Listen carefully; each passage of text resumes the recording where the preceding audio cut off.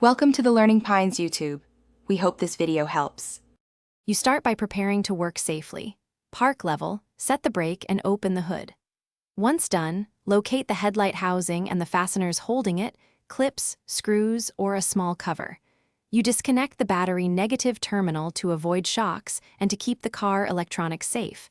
This prevents the bulb from powering unexpectedly.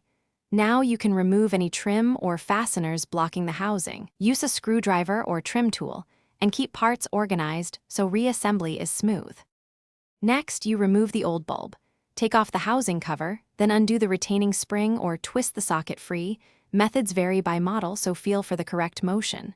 Gently disconnect the electrical connector. If it's stiff, wiggle while pulling straight.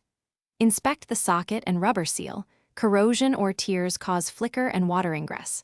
When handling the new bulb, never touch its glass. Oils cause hot spots and early failure. Instead, use gloves or a clean cloth to install.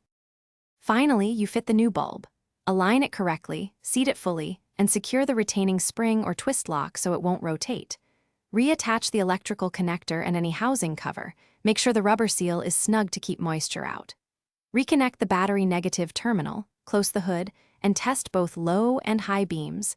Then verify aim on a wall at about 25 feet. If the light flickers or doesn't come on, check the fuse, connector pins for corrosion, and the headlight ground point for a loose bolt. Thanks for watching. Consider subscribing if we helped you.